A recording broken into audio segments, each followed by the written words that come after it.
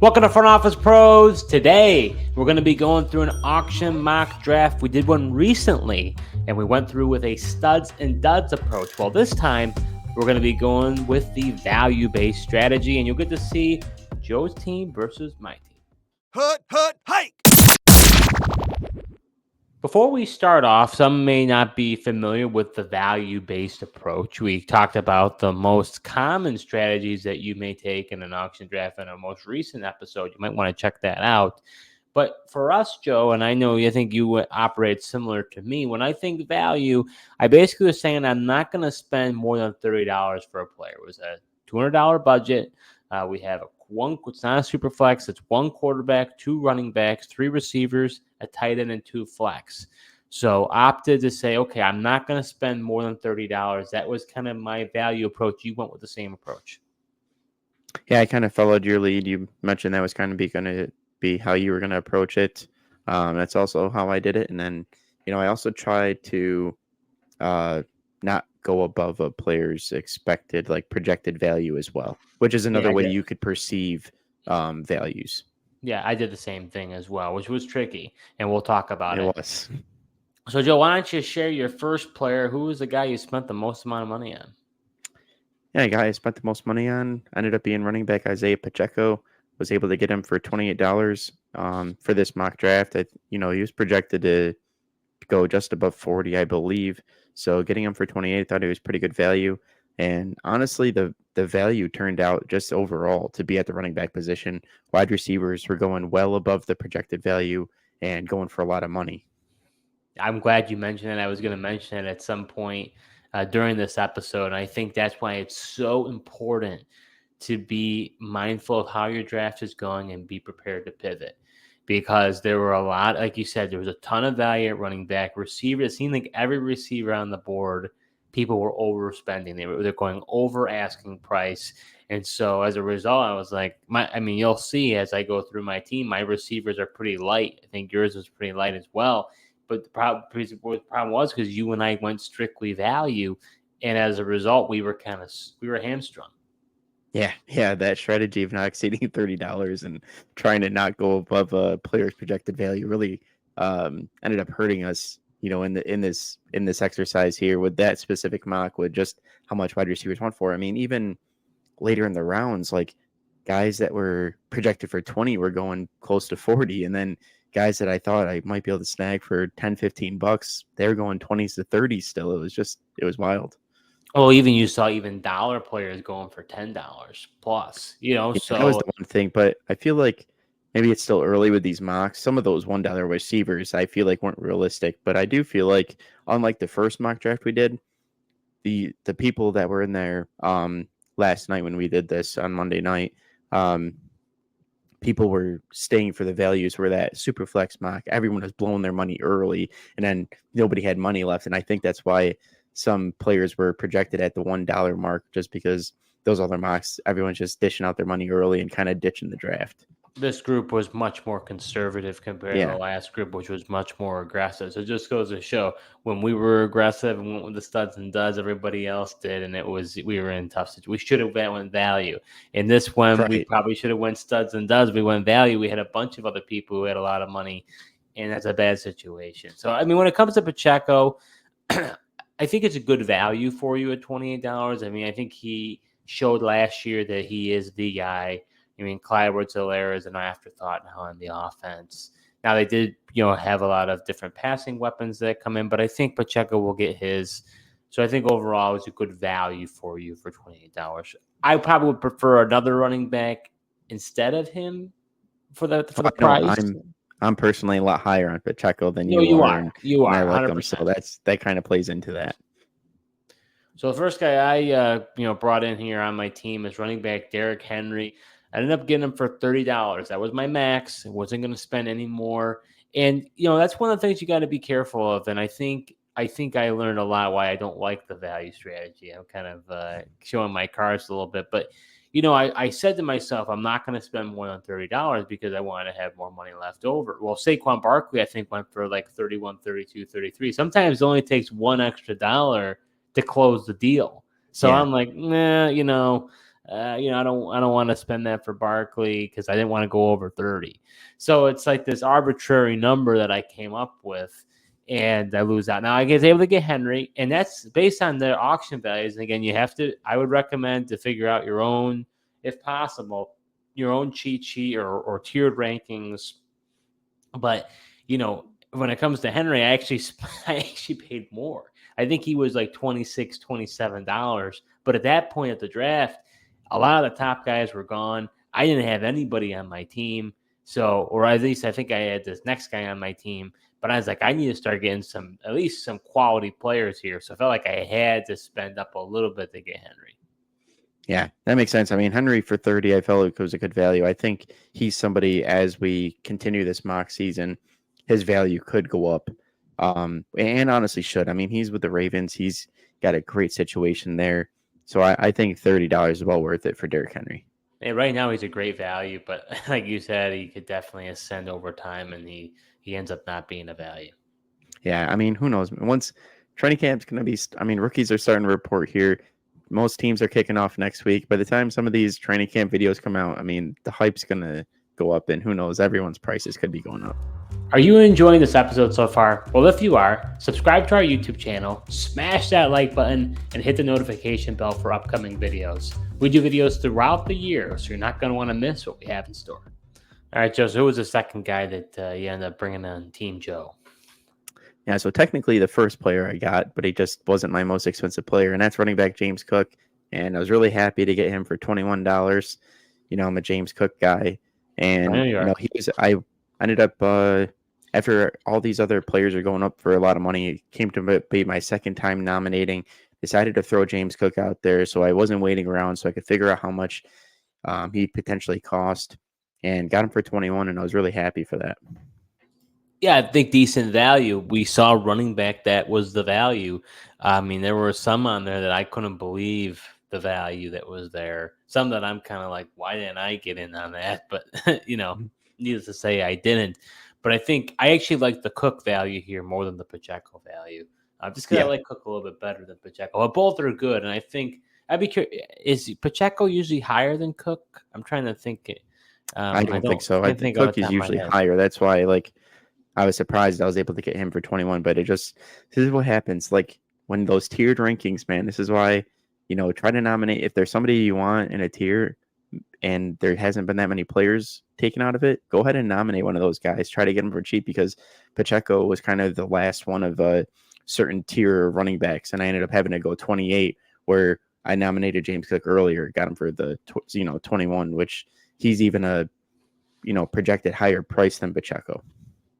So the next player that I brought on board was running back Josh Jacobs. Got him for $27. He was the first player I got. And honestly, he's not my favorite this year. I think the Packers situation could be dangerous. Maybe I was looking for the right word there.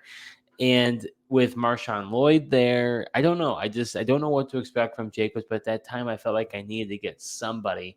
I felt like I overspent a little bit because I felt like I needed to get something. A little surprised. I think his value is a little bit higher. I'm trying to remember. But how did you feel about the Jacobs pick? Yeah, I don't know. You're more concerned about Josh Jacobs than I am. I like Josh Jacobs. I think the fact that you got him for $27 was a good move, and I like the value. The Packers are never going to be like a one-back system and give him a bunch of carries, but I still think even, when Aaron Jones was there, he didn't get all the carries, but there was still plenty for opportunities for him to get his and provide you fantasy value. Marshawn Lloyd's a rookie. I think people are going to buy into that too much. I think Josh Jacobs will be just fine. He had coming off of a somewhat disappointing year, but guys that get the workload that he had the year before never seem to do well that second year. And plus, he was holding out in training camp and everything like that. So I think he returns to form this year with the Packers, and he's on a better offense. You're going the footballer's method of not being concerned by the rookie running back with the Charbonnet, Kenneth Walker type of deal. Yeah, well, I mean, it's just tough because in this situation, there's not a mainstay, right? Like, I felt more confident when Charbonnet was there just because Kenneth Walker was the mainstay, and I had belief in that. And just seeing when they had Rashad Penny, Carson was the mainstay. Carson was the guy. So I had more confidence in that situation. But this one's kind of more up for grabs because both guys are coming to a brand new team. All right, Joe. So who did you have for your next highest player? Yeah, my next highest player was wide receiver Tank Dell at $20. Like I said, wide receivers are going for a lot. I like Tank Dell. $20 is probably more than I would have liked to have him for. But at this point, the wide receivers were just going for so much, and I just felt like I had to try to get somebody. So $20 it was for Tank Dell, and got somebody with upside that I like. Yeah, I think I agree with you. I think, and you're going to see for me too, I feel like I had to overspend as well. And so I think you just have to live with what the draft gave you.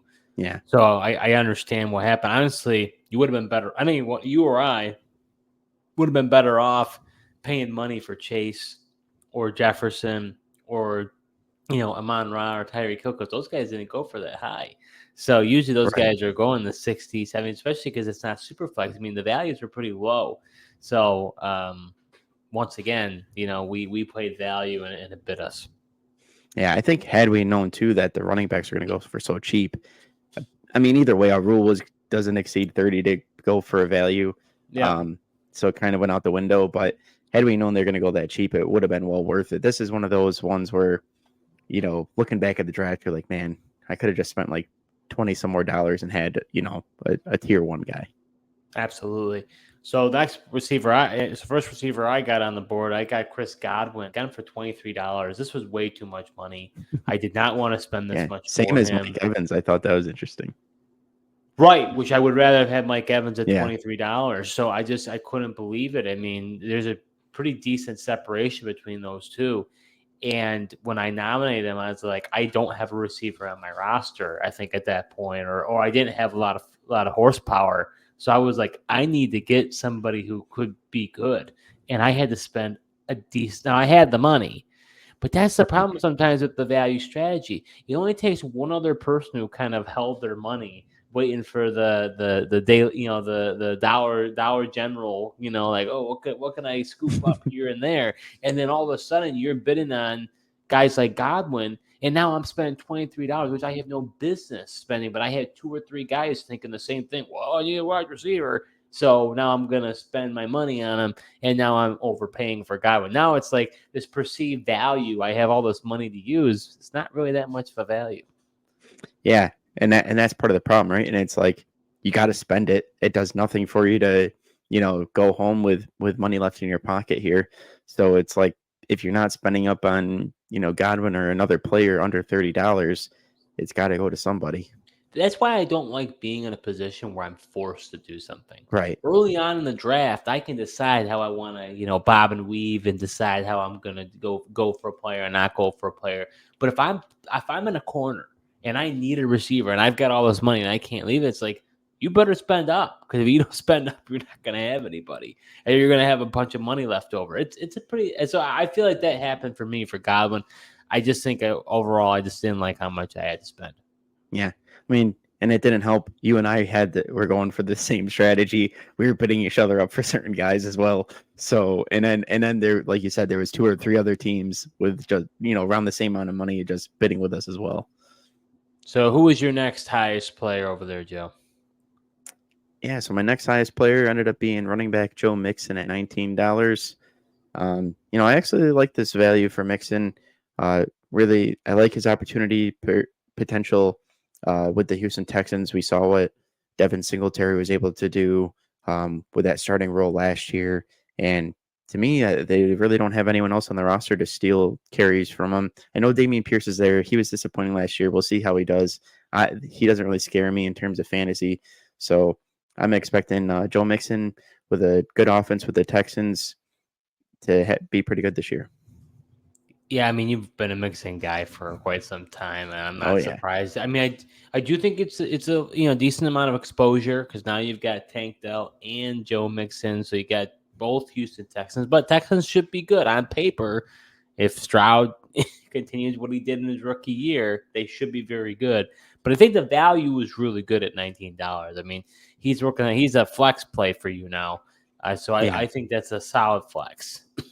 Yeah, honestly, going running back receiver is not something I traditionally do, but just turned out in this draft. I'm going to talk about a couple other players and ended up doing it twice. But at this point, I was more so not focusing on the team as much as I was just focusing on player and potential and trying to get them for the right price. Yeah, so my next highest player that I spent up for is tight end Travis Kelce, and going for $21. And he fit my rule of being under $30. I felt like I needed some star caliber players on my roster. I think I ended up spending tied with Laporta for the most amount of money for a tight end. So I think overall it was a decent amount. So I guess I wouldn't say I went for a value per se for that position. I paid up on the upper end, but as far as money wise, I only paid $21 for him. I just felt like if you're going to do this approach, you got to have some sort of firepower, and that's what I went with. Yeah. I mean, you're right. It's not traditional value, especially spending up at a onesie position, which I try not to do, but again, under $30, we had all this money. We have to spend it somewhere. Right, exactly. I mean, it's like I would be left with a ton of money and just going for a bunch of randos that I hope that have a bunch of upside. So at that point, I felt like at the draft, I felt like I needed to go for somebody like him. Otherwise, who are you going to spend up on? Unless you're gonna do like I'm gonna get like $30 to $20 players for running backs and receivers across the board, pay low for quarterback, pay low for tight end. But the way this draft was going, we couldn't really do that because the wide receivers were going nuts. Right. Yeah. No, yeah. The wide receiver position, man, it was the one position you couldn't get any values at. All right, Joe. So what do you got for your next highest player? The next highest player was wide receiver T. Higgins for 18. I know you're not that much of a T. Higgins guy, but I honestly thought with the way wide receiver is going, $18 was pretty good value. And I'm expecting him to play, on the tag with the Bengals.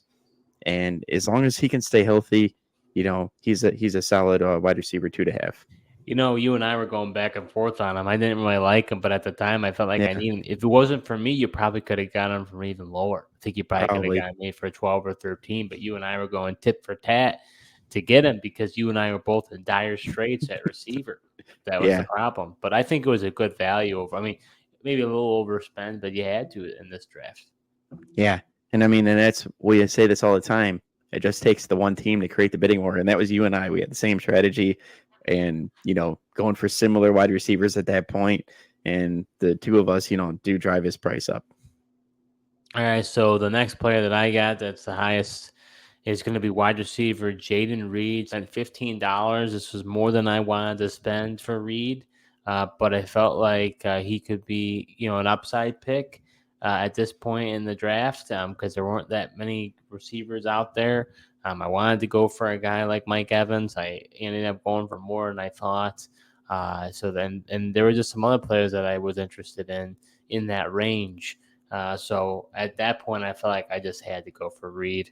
So I feel like I think I overspent for him, but I think it's a decent value. Yeah. But at this point, I know we keep saying it, but he shouldn't have gone for 15. But there is so many people like us with money just going ahead and trying to get the wide receivers. But it's just interesting because, I think if you possibly might been able to have a guy like Mike Evans for just a couple of dollars more, and then he ended up going for 23, like you ended up spending for Godwin. But who knows? But it would probably still would have been able to stay under the. Hindsight's 20/20, right? I mean, Christian Watson, I think, went for $11 or $12, and he was projected to be a $1 player. So it's like, again, I don't think he's not a $1 player. Well, I don't either. I mean, there's too much upside there. I mean, I think he's at least in that $3 to $7 range. But based on that's why you can't just look. Oh, well, Sleeper said it's only $1. Guess what? Right, you're gonna be surprised. Yeah, for sure. Because Watson doesn't. It should definitely be more than $1. All right. So who do you have for your next player? That's your highest player. Yep, my next player is running back Tyjae Spears, and I was able to get him for $14. And I liked the value that I was able to get him for. I know Tony Pollard's there, but I still think Spears has some upside with that Titans offense, and I'm expecting him to be a little bit more involved in the passing game potentially than Tony Pollard, but I am curious to see how this new regime decides to use Pollard and Tyjae Spears, as they both are pretty similar backs. Well, it seems like from head coach Callahan, it might be a 1A, 1B situation, and he Right. might just, go with the hot hand. I felt like near towards the end of the draft, he was probably one of the lone running backs that could really do something. So I felt like you Right. kind of got in a bidding war for him.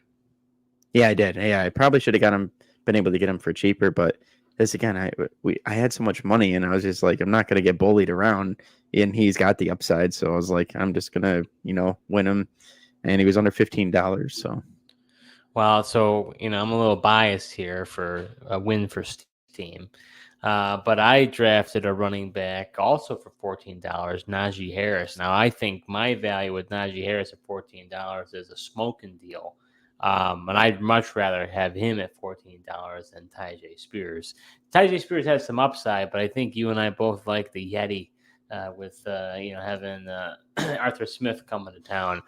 He likes to play bowling ball type of running. I mean, you saw what he did with Derrick Henry all those years when he was an offensive coordinator with Tennessee and Mike Vrabel.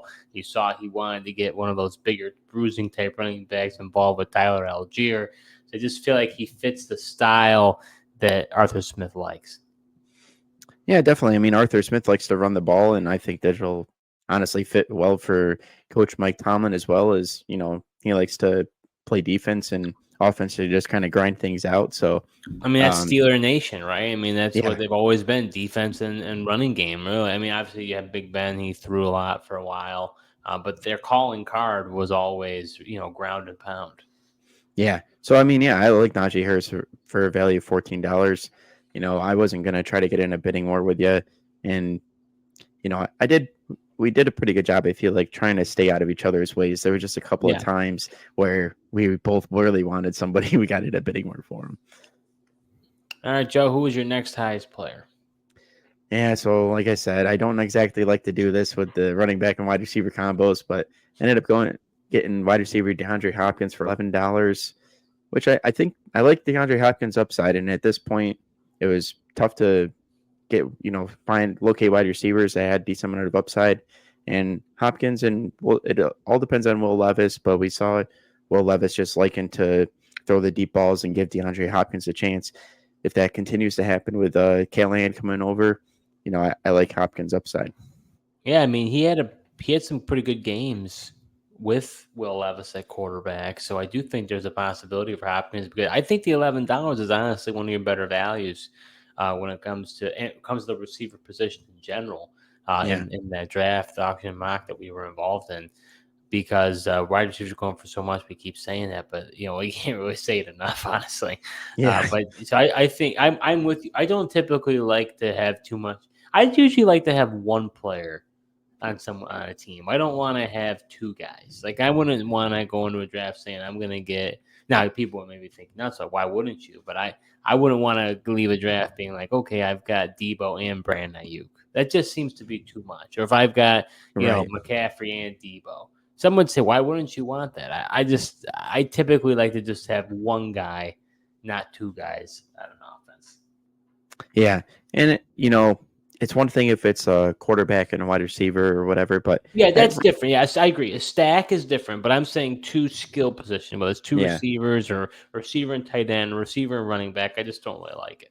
Yeah, running back and wide receiver is definitely better than having two of the same position, like you said, rather than having like Debo and Ayuk. That would be tough. So I also spent $11 on a Tennessee receiver. That was wide receiver Calvin Ridley, and it's interesting. Who do you think does better, Ridley or Hopkins? It doesn't even. I'd say the fantasy community at large is kind of like, I don't know. So I think it could go either way. I think we both are good. I think I'd rather have Ridley just because of the unknown and the possible upside. But I think we both did okay with the $11 we spent for the Titans receivers. Yeah, I'd rather have Hopkins personally with the touchdown upside. Yeah, I just, he's got the familiarity with Levis, and Ridley's coming over with a just up and down season with Jacksonville. With Trevor Lawrence in that offense. I'm really curious to see how he does with the Titans. But if you're in a PPR league, Ridley will do well. But I do like the touchdown upside of Hopkins potentially. Yeah, I could definitely see that. All right, Joe. So who do you have for your next highest player? We got 2 left. Yep. So my next highest player was tight end Kyle Pitts, and this is now back-to-back drafts. I was able to get Pitts for $11. I was shocked by Honestly, that. yeah, pretty happy with that. I think his value was projected like $17, $18 for him to go. So the fact that back-to-back drafts, I'm getting him for 11. I'm honestly, I don't know if it's just the wear and tear that Pitts has put these fantasy owners on in the past, and just the expectations so high, and he just doesn't reach them. But I like betting on his ceiling to return with Kirk Cousins at quarterback. Yeah, I mean, I think he's another guy kind of like Henry that as training camp and stuff goes on, I think his value will start to ascend.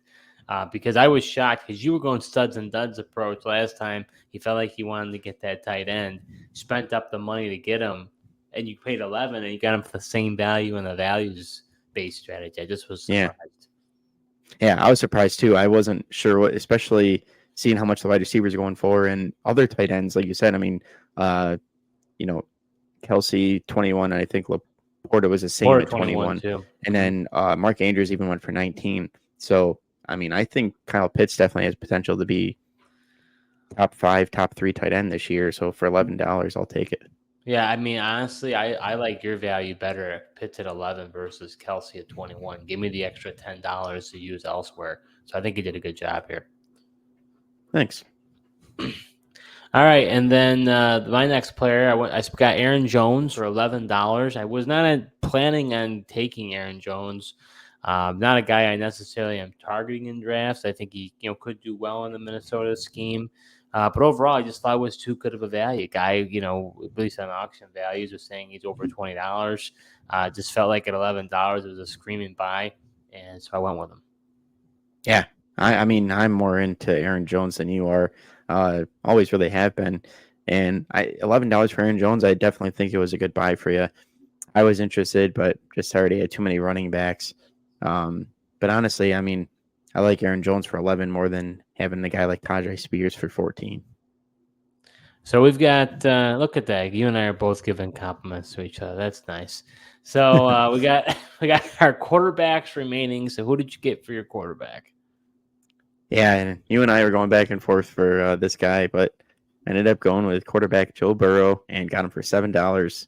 Honestly, I know I think you were being nice to me, let me have him for $7. I think you would have, in normal drafts, I feel like you would have bid him up higher because, I mean, he was the last quarterback projected for like over 300 points, and I felt like he was an absolute steal for $7.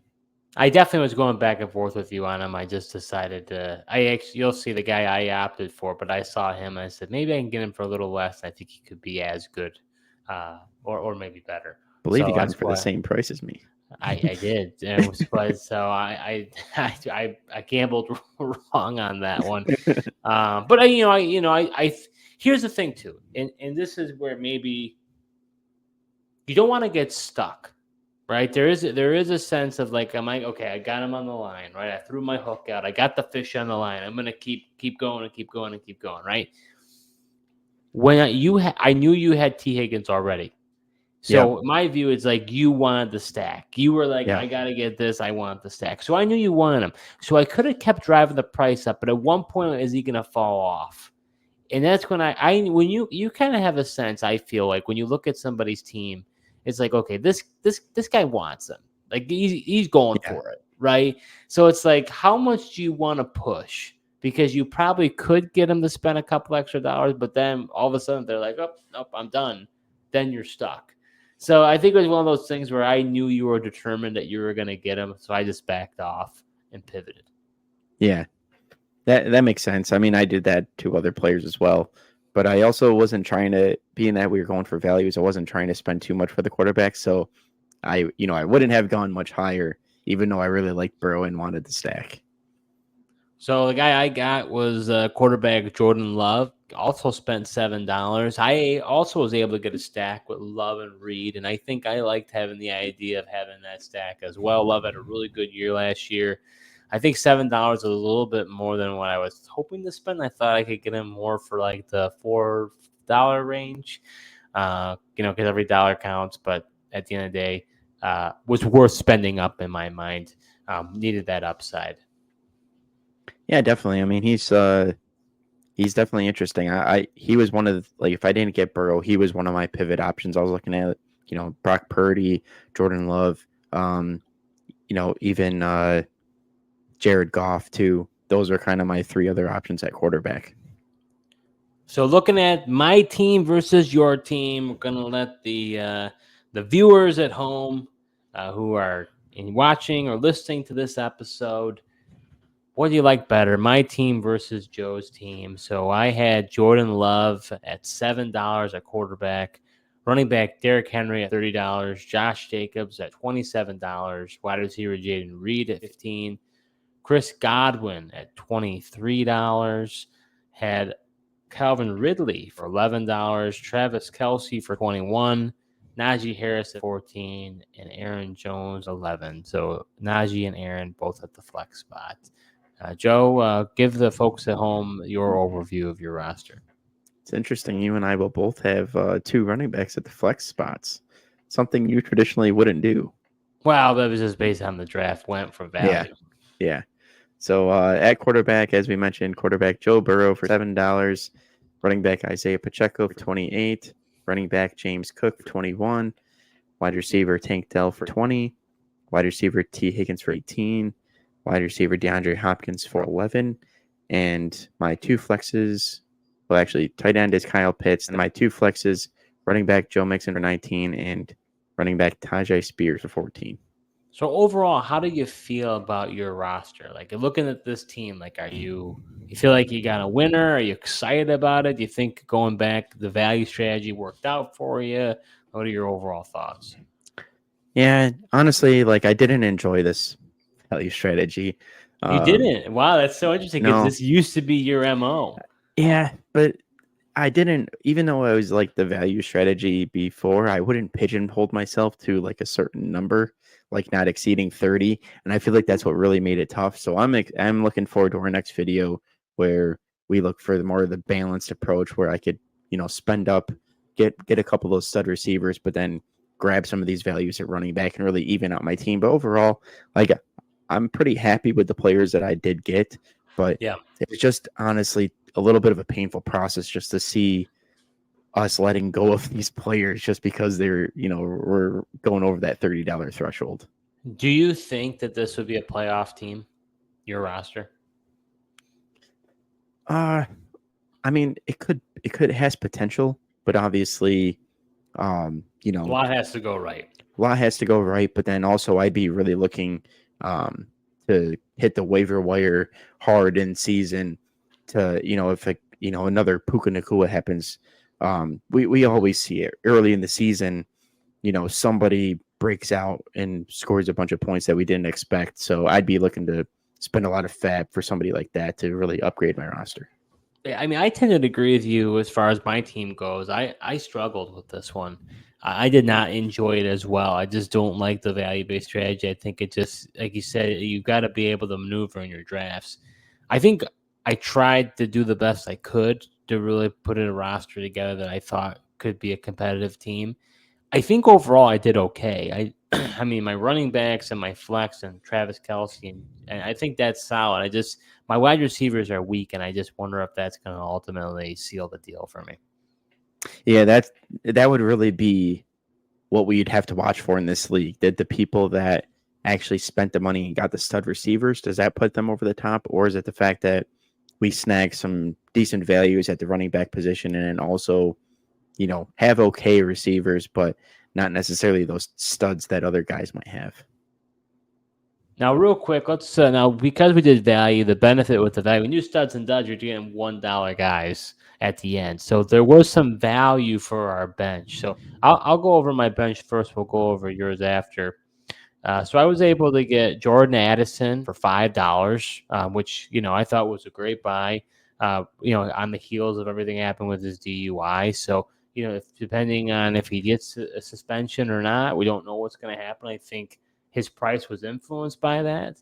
Yeah. But I think overall that could be very helpful. I got Brock Bowers for $4, which I think is a great upside pick for a tight end. I think Bowers definitely has a possibility to be kind of that number 2 option in the offense. Spent $9 for Curtis Samuel, which was quite a bit, but all the receivers were going for a lot. And I felt like I needed another receiver because my receiver room is so shallow. So I feel like I need some sort of upside pick. Spent $13 for Nick Chubb, which I really liked. I mean, I didn't really need him from a running back standpoint. That's where you could say, put all that together and get a stud receiver. That's the argument. But if Chubb does come back, he's looking healthier. They're talking about him possibly being ready maybe even the first month of the season, which I wasn't expecting. So Chubb, I think, has got some decent value.